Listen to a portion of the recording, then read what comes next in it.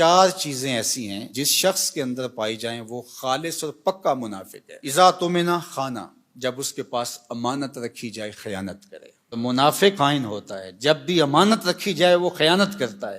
اور ہم اس نبی کے ماننے والے ہیں جن کے گھر کے گرد کافروں نے محاصرہ کیا ہے، ننگی تلواریں لیے کھڑے ہیں کہ آج حضور کی زندگی کا چراغ بجھا دیں گے۔ وہ باہر تلواریں لہرا رہے ہیں اور حضور علی کو وصیت کر رہے ہیں کہ صبح ان کی امانتیں واپس کر کے تم بھی مدینے پلٹ آنا۔ ہم اس نبی کے ماننے والے ہیں، تو کس طرح ہم امانت میں خیانت کر سکتے ہیں؟ اس شخص کا دین ہی نہیں ہے جس کے پاس امانت نہیں ہے۔ اور امانت صرف مال کی نہیں ہے، المجالس بالامانہ۔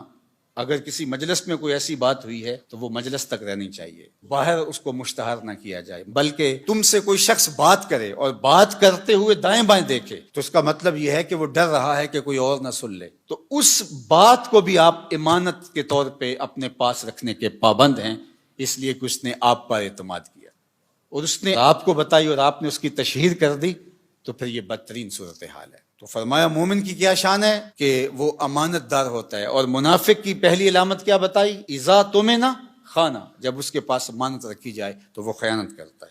واذا حدث کذب، اور جب وہ بولتا ہے جھوٹ ہی بولتا ہے۔ مومن کا جھوٹ سے تعلق کیا؟ مومن تو سچ کا خوگر ہے، مومن کی زبان سے تو خیر پھوٹے گی، سچائی پھوٹے گی، جھوٹ کیسے پھوٹ سکتا ہے؟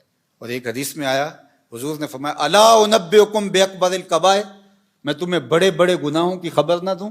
جو بڑے گناہ ہیں ان میں بھی جو بڑے ہیں ان کی خبر نہ دوں؟ تو صحابہ نے کہا کیوں نہیں حضور، ارشاد فرمائیے۔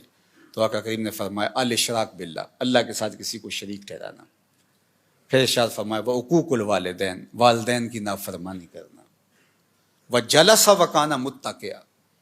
تیسری چیز بیان کرنے کے لیے حضور ایسے ٹیک لگائے بیٹھے تھے، حضور نے ٹیک چھوڑ دی، بات کی اہمیت کو اور اجاگر کرنا تھا۔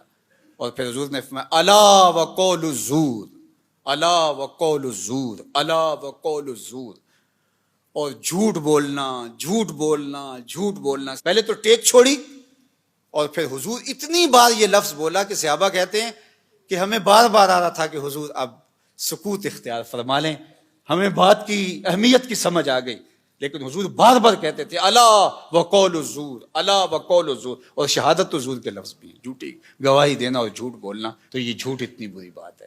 اور ہم سمجھتے ہیں کہ یہ فن ہے، جھوٹ نہ بولیں تو سودا ہی نہیں بکتا۔ میں کہتا ہوں جاپان والوں کا کیسے بک جاتا ہے؟ پوری دنیا بیچ رہی ہے، ہمارا نہیں بکتا۔ ہم پھر سودا نہیں بیچ رہے، ہم جھوٹ بیچ رہے ہیں، جو بیچیں گے کمائی بھی پھر اس کے مطابق ہو۔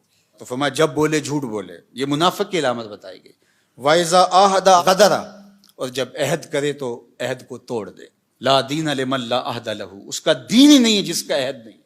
ہمارے ایک ذمہ دار شخص نے یہ بات میڈیا کے سامنے کہی تھی کہ جو عہد ہے، وعدہ ہے، وہ کوئی قرآن و حدیث ہے؟ ہاں قرآن و حدیث ہے۔